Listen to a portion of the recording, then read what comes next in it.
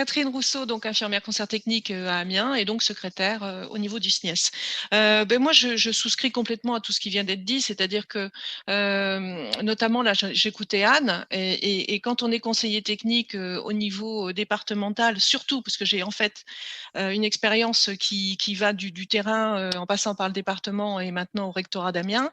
Quand on a fait tout ça, on se rend bien compte que les conseillers techniques au niveau du département sont à la mise en œuvre de la politique académique, effectivement, mais surtout sont proches des collègues de terrain pour justement faire en sorte qu'il y ait ce suivi-là, cette cohérence sur les territoires.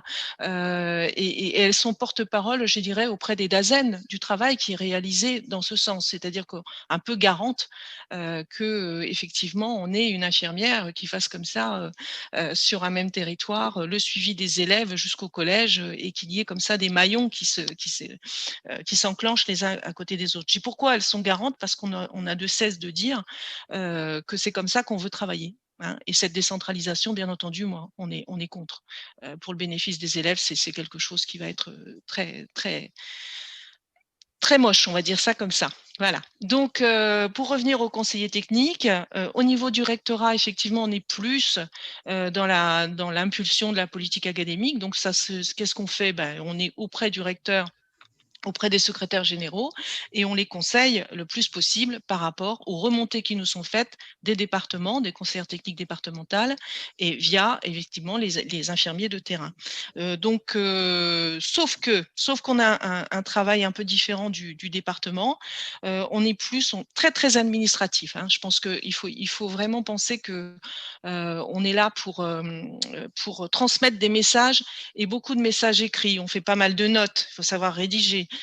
Et ça, quand on arrive à ce genre de poste, on n'est pas toujours préparé. Et c'est vraiment quelque chose qu'on regrette en tant que conseiller technique, c'est de ne pas avoir cette formation qui nous permette d'être opérationnel dès qu'on arrive sur le poste. Des éléments de langage. Alors pourquoi je vous raconte tout ça? Parce que c'est très important. En fonction de ce que va dire le recteur au niveau des réunions qu'il va avoir avec les chefs d'établissement, qu'il va avoir avec les conseils départementaux, qu'il va avoir avec le conseil régional, eh bien, ce qu'on va mettre dedans et qu'il va accepter de dire va conditionner finalement notre pas sort, mais notre façon de travailler avec les partenaires et aussi on va dire avec l'ensemble de la communauté éducative.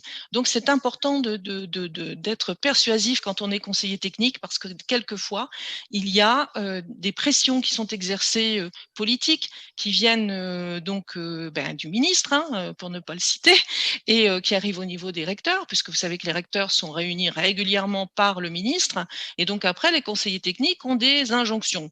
Donc il faut savoir argumenter en ayant pris la température du terrain, en se disant ben voilà, on peut peut-être faire ci, on peut peut-être faire ça. Et puis après, il y a des notes à rédiger et puis des choses qui vont en direction des chefs d'établissement et vous en êtes directement destinataire en tant qu'infirmier. Donc, c'est pas évident. Donc, conseiller technique du recteur, c'est un petit peu ce job-là qu'on a. Et département, c'est vraiment au niveau de la mise en œuvre.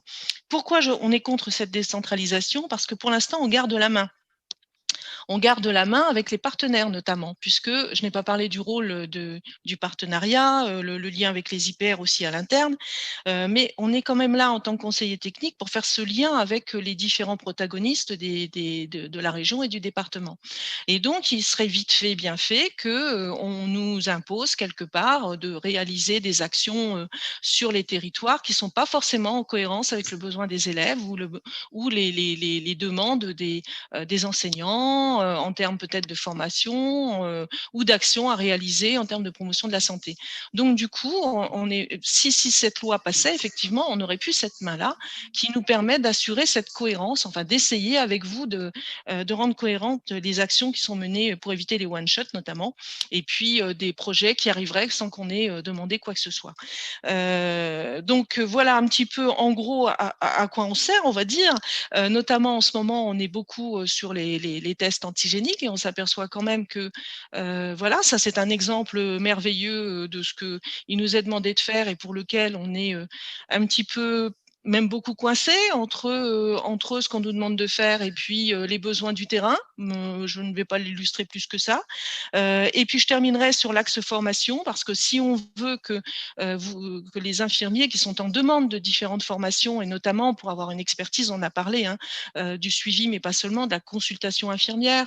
Il y a aussi toutes les formations aux entretiens motivationnels, enfin bon, toutes ces choses qui font que vous avez cette expertise qu'on ne peut pas vous retirer sur le terrain.